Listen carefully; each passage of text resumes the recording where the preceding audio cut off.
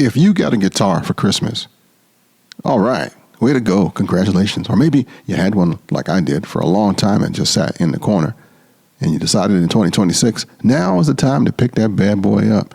Well, congratulations. You know, this stuff isn't just for kids. And this week I want to give you some tips and some stuff from a non-professional that might help you stay with it in 2026. Behind the scenes, inside the dreams, stories of the performance and the real-time journey of the bluesician. Open your ears and your heart to our friend and brother from another mother, Reverend Ken Blanchard.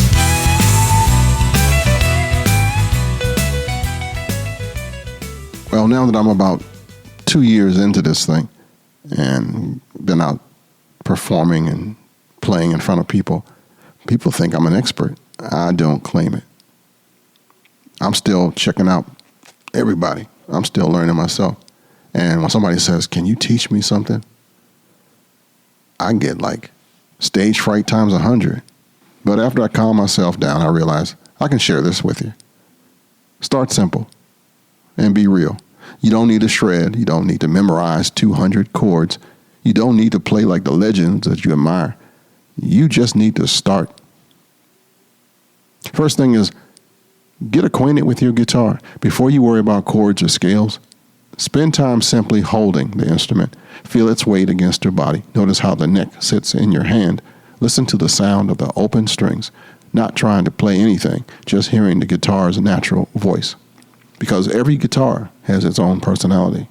And let yours introduce itself. Sounds too easy, right?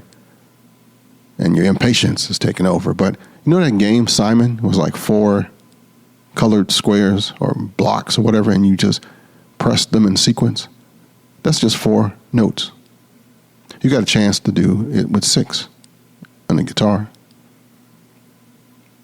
So learn the big 3. E, A, and D chords. With those alone, you can play a lifetime of blues and rock, and they're friendly on the fingers and instantly musical. Next tip is to practice at least 10 minutes a day. Don't do it too much, though, because you'll burn yourself out or get like a fake sense of, I got to keep going, I'll get better. But it's consistency that beats intensity. Your fingers need to toughen up. Your brain has to adapt. Your hands will learn where to go. They won't know right off the bat. And 10 minutes a day is enough to build momentum.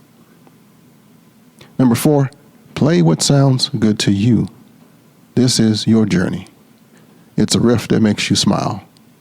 You find one, play it. If a chord rings in a way that feels right, stay with it. Your taste is your compass, and it's one of the biggest advantages of learning as an adult. These days, you got YouTube, but you can also use a voice recorder or anything to record yourself. Do it so that you can witness your growth. A month from now, you'll hear the difference. 6 months from now, you'll barely recognize the person who recorded that first clip. That's it.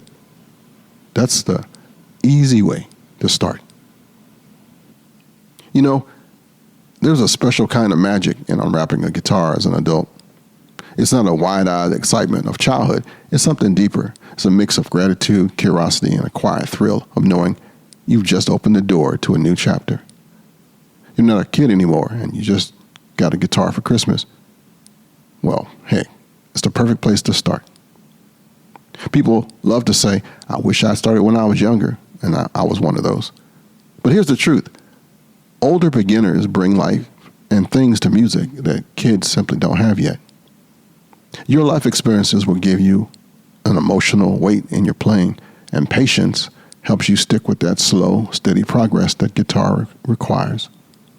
Self-awareness lets you learn in a way that fits your personality, not somebody else's expectations. You won't have recitals and all that good stuff to go to. And there's a real connection to the music because you lived long enough to feel it. For me, the blues wasn't about speed or flash. It's about honesty.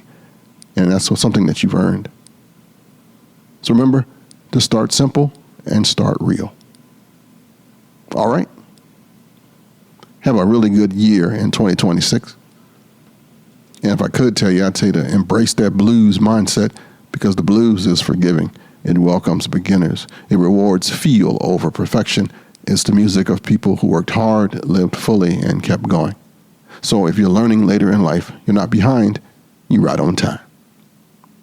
A few blues truths worth keeping close. 1, every great player started with sore fingertips. Tone comes from your hands, not your age. Mistakes are just notes looking for a home, and you don't need permission to play, just desire. If you ever doubt yourself, remember, B.B. King didn't pick up a guitar until his teens and didn't hit his stride until his 40s. Albert King was self-taught, played upside down, and broke every rule. John Lee Hooker built a career on one chord and infinite soul. There is no right way to learn. There is only your way. Your Christmas guitar is more than a gift. It's a companion. It's a teacher. It's a mirror. It's a doorway into the part of yourself you haven't even met yet. You're not too old. You're not too late. You're not behind. You're beginning, and beginnings are powerful. So tune up, take a breath, and play that first note. Doesn't matter how it sounds. What matters is that it's yours. This is your friend and your brother from another mother, the Reverend Ken Blanchard. And you're listening to the Bluesician, Behind the Rose.